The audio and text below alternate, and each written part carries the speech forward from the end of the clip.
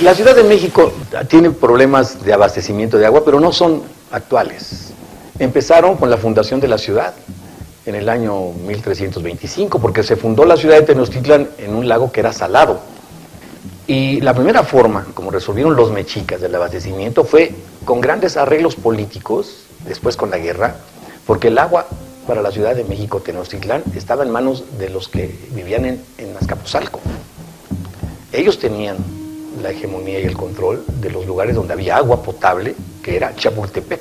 Después se fueron a Coyoacán, y ahí vino la primera imposición de Ahuizotl para traerse agua de Coyoacán, en contra de los ciudadanos y del señor de Coyoacán, que además era un poco brujo, y que le dijo: no te lleves el agua de Coyoacán porque se van a inundar.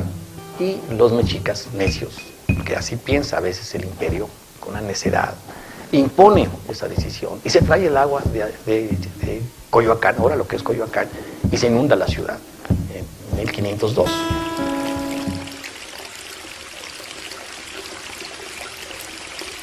Cuando llegan los españoles, ellos siguieron sacando agua de Chapultepec. Chapultepec fue nuestro primer abastecimiento de agua, un primer acueducto que construyó Nezahualcóyotl, que después reconstruyeron los españoles después de la conquista. Después nos fuimos a Santa Fe, el segundo gran abastecimiento de agua manantial que sigue existiendo en la actualidad. Santa Fe, allá donde están los grandes escenarios del desarrollo de las arquitecturas y las ingenierías contemporáneas. Y ese acueducto vino a la parte de Chapultepec y entonces ya nos ayudó con el acueducto que hoy tenemos sobre la avenida Chapultepec. Y así se vivió durante la colonia. El agua se iba agotando, evidentemente, porque la ciudad iba creciendo, como ahorita, y necesitamos sacar más agua. ¿Cómo resolvimos el agua y cómo la estamos resolviendo hasta la actualidad? De la abundancia del subsuelo. Pero la hemos combinado con las decisiones políticas centralistas de traernos agua de regiones lejanas. Empezamos a extraer agua a finales del 19, pozos artesianos que no necesitaban bombeo, se llaman artesianos porque sacan agua por presión, y ya para el siglo XX con la electricidad empezamos a hacer pozos profundos por bombeo. El primer pozo profundo lo hacemos en San Luis Tlaxialtemalco, en Xochimilco, un pueblecito muy simpático de Chinampas, que existe todavía ahí los vestigios. Y aquí está la primera decisión centralista, en la época, obviamente, de Porfirio Díaz. Esta idea de sacar, de abastecerse de agua no es un problema reciente, lo traemos con la historia. Nos agotamos los manantiales de Xochimilco. Y entonces empezamos a sacar más agua del subsuelo. Ya a los años 30, el agua del subsuelo empezó a crecer porque se estaban agotando los manantiales cercanos ya comentados. Y en los años 40 empezamos a construir otro acueducto, tubo, para meter el agua que se potabiliza a la Ciudad de México, perforando la Sierra de las Cruces. Acueducto de 62 kilómetros. Esa parte nos las traemos a la ciudad, 1952, hasta un lugar que se llama el Cárcamo de Lerma, en la segunda sección del bosque Chapultepec, donde Rivera hace un gran mosaico con Tlaloc afuera, una gran escultura en mosaico de Tlaloc, y en la parte de adentro una de sus obras maestras, El agua, origen de la vida. En 1960, con la gran polémica de la inundación, de que estamos sacando agua, deciden: no, vámonos a extender Lerma. Con menos polémica, porque vivíamos los tiempos muy centralistas de Díaz Ordaz. Se hacen 210 pozos profundos en la región de Lerma, siguiendo el río que va de Toluca a Tlacomulco. Empezamos ahí a traer 14 metros cúbicos por segundo, los datos son odiosos. La ciudad actualmente necesita 72. El Cutzamala aporta hoy 14. Inicialmente Lerma empezó a aportar 14 metros cúbicos por segundo. Se construye Cutzamala. Se vuelve a perforar la montaña.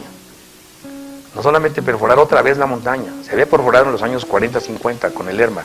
Se hace otra perforación y se hace un acueducto de 160 kilómetros de largo. Tubos.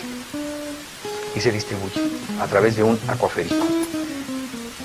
Esa es la visión. Y luego se hace un macrocircuito que ya existe en todo el área metropolitana. ¿Por qué esa idea de hacer un macrocircuito? Porque la idea de la ingeniería hidráulica, que tiene una gran visión de hacer ciudad, para decirlo muy pronto. Donde llevamos agua, llevamos la ciudad. Usted puede explicar el crecimiento, el desarrollo expansivo de la ciudad siguiendo en la historia los caminos del agua. Usted puede explicar a dónde va la ciudad, a dónde llevamos el agua. El Cutzamala es un proyecto no concluido. Resultado, es el sistema más vulnerable que tenemos de los tres. El más vulnerable desde el punto de vista de la angustia. ¿Por qué razón? Porque ahí vemos cómo son tinacos de la ciudad construidos muy lejos. Esa es mi conclusión. ¿Podríamos concluir tinacos de agua más cerca de la ciudad? Sí. Incluso fuera de la cuenca, en los alrededores. ¿Por qué nos fuimos tan lejos? Era la duda. Era más fácil porque estaban las presas construidas ya, porque daban electricidad. Quitamos la electricidad y lo traemos a la ciudad. Se cambió la función de las presas. Hay que tomar decisiones. ¿Por qué razón? Porque el cambio climático en los últimos 2 años nos ha dado por resultado que esas presas no se llenen y por tanto el agua disminuya. Pero la tenemos del subsuelo. ¿Qué es lo que está pasando? Una disminución de un sistema que yo le llamo ya llegó a los límites de su vulnerabilidad. Ya nos colocó Cutzamala en la vulnerabilidad hidráulica al DF y al Estado de México, que lo tenemos que poner en una gran interrogación. Si podríamos seguir construyendo otros sistemas de abastecimiento lejanos como es otras cuencas. Lerma está casi agotado. Temascaltepec está en pie de guerra. ¿De dónde sacamos el agua? ¿Cómo le hemos hecho si hace 15 años no le llega una gota más de agua del Cutzamala y de Lerma a la Ciudad de México? Hemos empezado a extraer más agua del subsuelo. Y aquí están los riesgos. Por eso estar hablando de los sistemas de abastecimiento es hablar de los impactos.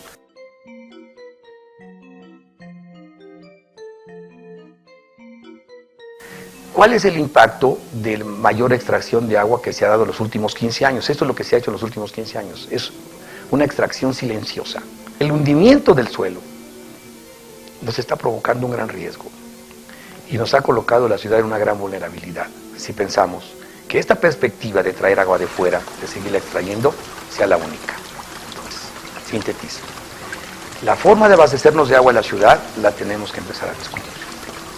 Probablemente, es una hipótesis modesta, el almacenamiento del agua pluvial, si se puede hacer, se puede discutir, nos pueda dar una ayuda.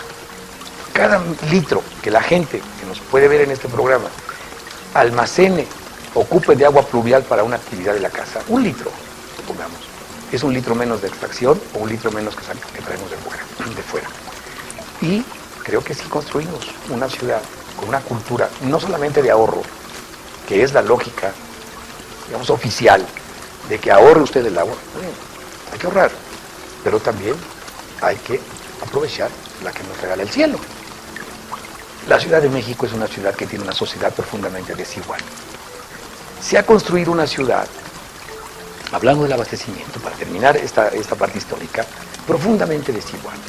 Una de las infraestructuras hidráulicas más desiguales que tenemos en la ciudad la hemos construido los mexicanos aquí en el siglo XX. ¿Qué es? Que muy pocos en esta ciudad pueden tener en su casa 800 litros por habitante al día. Y muchísimos, ahí están los registros, a veces abastecidos por pipas, tienen 14 litros por habitante al día. Hay una desigualdad. La desigualdad está expresando que la escasez no es de ahora, es una escasez que ha existido siempre en ciertos sectores. Y la ciudad, en el sentido del agua, va a ser más igualitaria si las infraestructuras hidráulicas que hemos construido se hacen mucho más igualitarias que las que hemos construido en la actualidad.